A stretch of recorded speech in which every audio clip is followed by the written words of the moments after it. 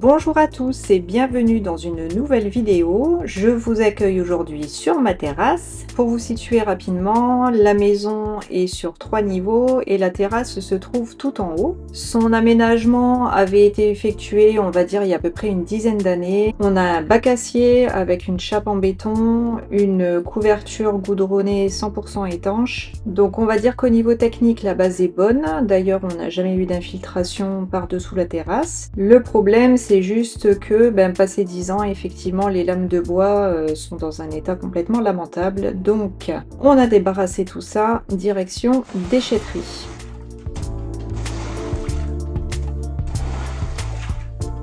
Une fois le sol débarrassé, il a fallu s'occuper des murs. On a utilisé un jet d'eau à haute pression pour faire tomber un maximum de crépi, avant d'en refaire un nouveau uniquement sur les zones les plus abîmées.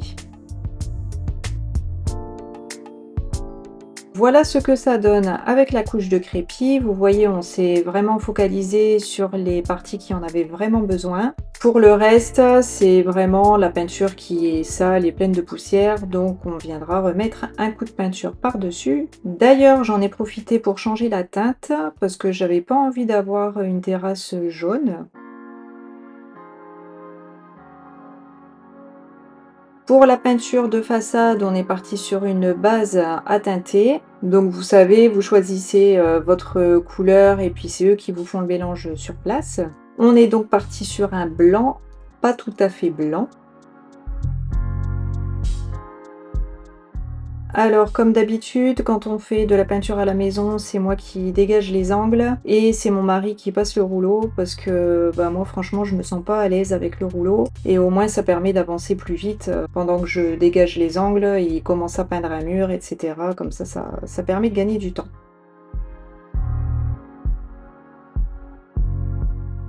Alors on n'a mis qu'une seule couche de peinture parce qu'elle était suffisamment couvrante, on a mis une bonne couche par contre, et j'imagine que d'ici 2 ou 3 ans, admettons, on reviendra faire une peinture qui sera certainement nécessaire pour remettre au propre.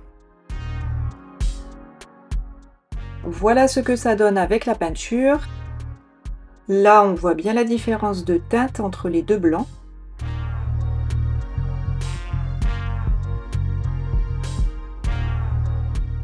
Voilà à quoi ressemblait la façade avant, et la voici maintenant. Au final, on est sur un blanc un peu mastic qui aura l'avantage de ne pas être trop éblouissant à la lumière du soleil, même si de toute façon, par la suite, on mettra un voile d'ombrage.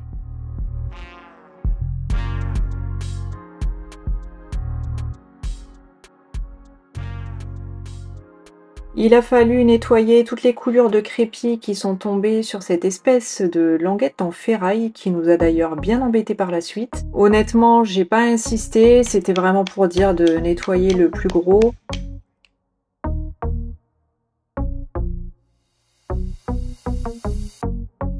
C'est parti pour le deuxième gros chantier après celui des murs. En ce qui concerne le sol, on a mis pas mal de temps à se décider parce qu'à la base, on était censé faire un carrelage.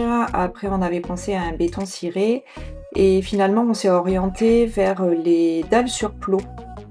L'avantage, c'est que même sans être un professionnel, au niveau de la technique, ça reste quand même accessible pour des personnes comme nous. On va dire que c'est relativement rapide parce que bon, finalement, on a posé la terrasse en, on va dire, 2 jours et demi, sachant qu'elle fait à peu près 16 à 17 mètres carrés. Donc vous voyez, on s'est pas précipité non plus. On a essayé de faire les choses au mieux. On n'arrive pas à un résultat parfait forcément à la fin parce que c'est pas notre métier. Mais ça reste quand même très satisfaisant, sachant qu'en plus on a eu des aléas avec la meuleuse quand il a fallu faire les découpes pour combler le mur d'en face, vous allez voir ça juste après.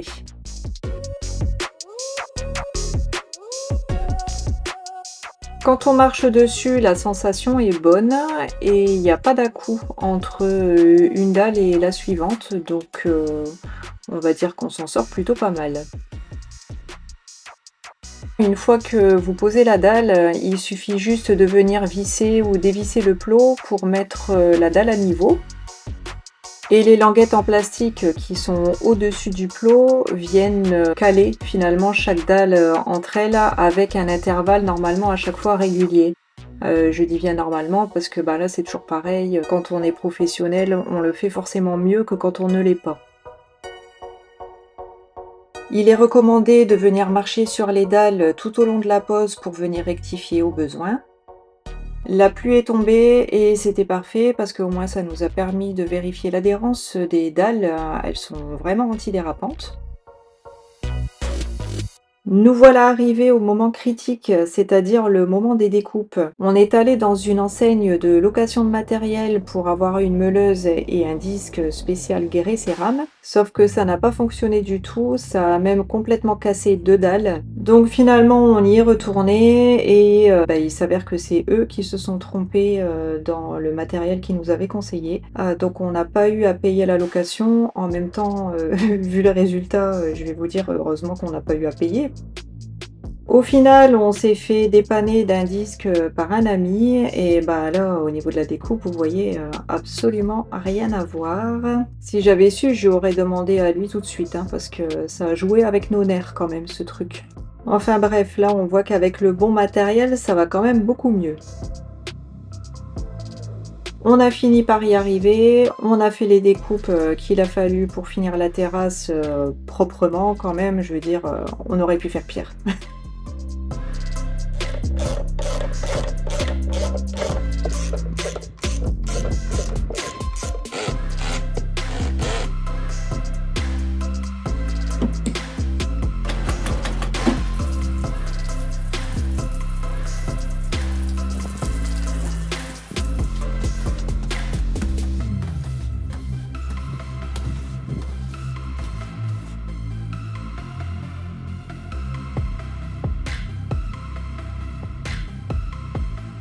On arrive enfin à l'installation du salon de jardin.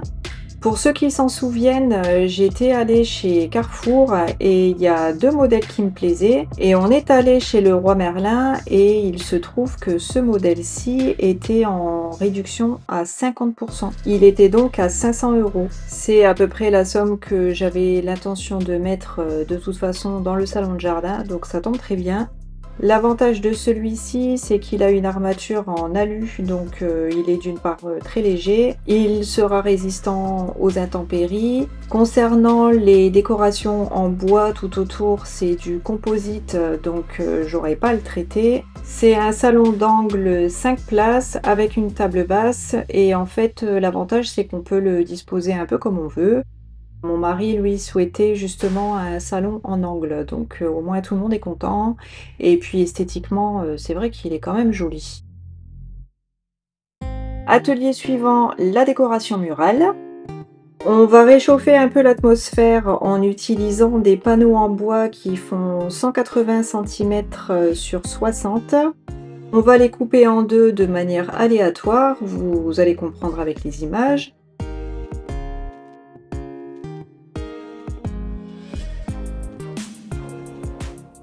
Alors c'est pas une idée que j'ai inventée dans ma petite tête, c'est une inspiration que j'ai trouvée sur Pinterest et j'ai trouvé ça super joli. Et c'est vrai que quand j'ai trouvé ces panneaux de bois, je me suis dit que ce serait parfait pour réaliser ça. On en a acheté 4, une fois divisé en deux, ça me donnait donc 8 panneaux, qui avaient en plus la hauteur parfaite pour la décoration que je voulais faire.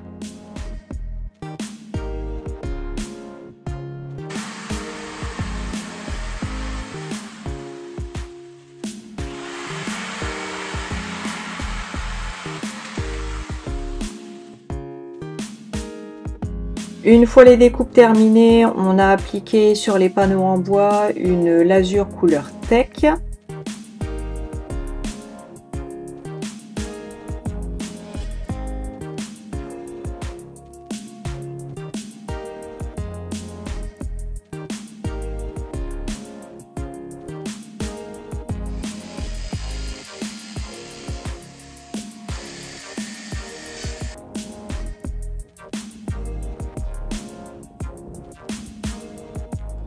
Au final, l'idée c'est donc d'assembler les panneaux directement sur le mur, bien côte à côte, les découpes vers le bas.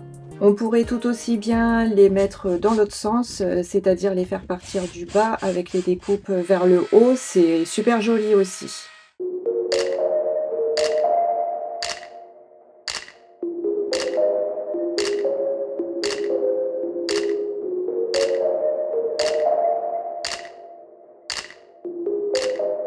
J'ai récupéré ces thés d'oreiller dont je ne me suis jamais servie. Elles étaient censées aller sur la terrasse, dans notre ancienne location et puis finalement ça ne s'est jamais fait, donc cette fois-ci c'est la bonne. Et oui, vous n'êtes pas en train de rêver, je fais enfin rentrer des plantes à la maison.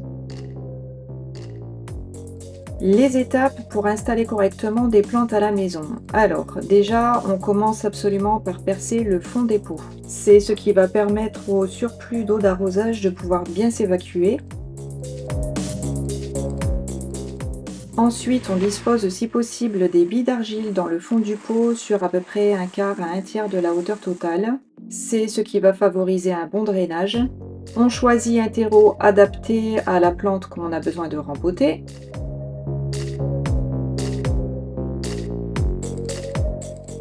La première plante que j'ai choisie, c'est un Alocasia california. C'est une plante, attention, d'intérieur. Elle n'aime pas le soleil direct, elle a besoin d'un arrosage régulier, elle va pouvoir faire à peu près 1,20 m en pot et sa croissance est plutôt rapide. Quand vous retirez la plante de son pot de culture, vous défaites légèrement le chignon de racine s'il est apparent, ce qui aidera la plante à s'enraciner de manière plus bénéfique dans son nouveau pot. Alors vous allez me dire, mais pourquoi tu as choisi des plantes d'intérieur alors qu'on est bien sur une terrasse extérieure? Effectivement, en réalité, on a hésité pendant pas mal de temps. On devait faire un jardin sec avec des cactus et des plantes grasses. Ce yucca fait également partie des plantes d'intérieur, donc vous voyez, il n'aime pas le soleil direct, il a besoin d'une température tempérée, c'est bien une plante d'intérieur, il a besoin d'un apport en engrais 1 à 2 fois par mois et un arrosage 1 à 2 fois par semaine. Bon, c'est ce qui est indiqué sur l'étiquette. Moi, honnêtement, le yucca, je l'arrose moins que ça. J'attends vraiment que la motte soit complètement sèche. D'une manière générale, toutes les plantes qui possèdent un tronc, faites attention à l'arrosage parce que sinon, ça finit rapidement par pourrir. Vous allez avoir le tronc qui va être mou et franchement, une fois que c'est comme ça, dans 9 cas sur 10, c'est impossible à rattraper. C'est également le cas, par exemple, des Dracena ou des Pachira. On s'est décidé sur ces pots qui sont en plastique mais qui ont l'apparence de la pierre. On a mis quasiment plus de temps à choisir les pots qu'à choisir les plantes. Franchement, c'est une prise de tête. En plus, en poterie plastique, honnêtement, il n'y avait pas un choix hyper large, donc ouais, c'était pas évident. La plante suivante, c'est un areca, donc c'est encore une plante d'intérieur qui n'aime pas le soleil direct. Elle a besoin d'un arrosage, on va dire modéré. Elle est capable de monter jusqu'à 3 mètres en pot et la croissance est relativement moyenne. Alors, pourquoi je suis partie au final sur des plantes d'intérieur? Parce que déjà, d'une part, on souhaitait avoir une ambiance exotique sur la terrasse, plus qu'un désert aride avec des cactés. On bénéficie par chez nous d'un climat quand même clément, mais on n'est quand même pas sous les tropiques. Du coup, les plantes seront à l'extérieur au printemps et en été, sachant qu'on viendra disposer par la suite un voile d'ombrage, ce qui leur évitera d'avoir le soleil direct, justement, ce qu'elles n'aiment absolument pas. Je verrai aussi ce que ça donne par rapport au vent, si ça les abîme trop ou pas, et si vraiment je vois que ça ne va pas, ben c'est pas grave, il me faut des plantes à l'intérieur. Donc elles iront dans le salon éventuellement, et je me dirigerai vers autre chose pour la terrasse par la suite. Mais on va faire le test.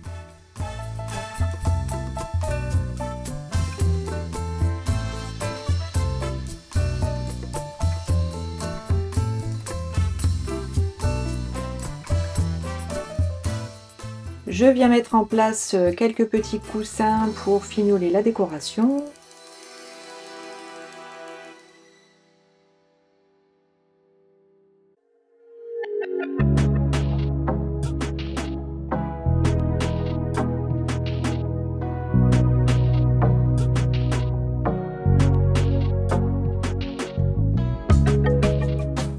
Et puis j'avais envie d'une touche lumineuse une fois le soleil couché, donc on a acheté une bande de LED solaire.